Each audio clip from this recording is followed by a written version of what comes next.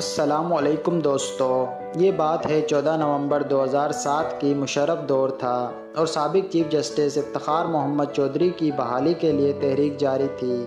Police Imran Khan کے پیچھے تھی کیونکہ عمران خان اس وقت مشرف کے ملک میں ہنگامی حالات کے نفاذ کے خلاف طلبہ احتجاج کی قیادت کر رہے تھے۔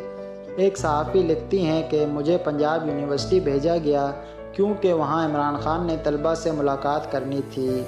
عمران خان طلبہ کی مشترکہ ایکشن کمیٹی کی دعوت پر یونیورسٹی گئے تھے۔ وہ عدلیہ کی بحالی کی تحریک میں بھی حصہ لے رہے تھے، اس لیے ان کو گرفتاری کا خدشہ تھا اور وہ بچنے کی کوشش کر رہے تھے۔ وہ صحافی مزید بتاتی ہیں کہ پنجاب یونیورسٹی کے نیو کیمپس کے centre of high energy physics کے ڈپارٹمنٹ کے باہر میں اپنے کیمرہ مین کے ساتھ وہاں موجود تھی کہ اچانک ایک سفید گاڑی جو شاید بولان تھی وہاں رکی اور اس کے اندر سے سفید شلوار قمیص میں ملبوس عمران خان باہر نکلے۔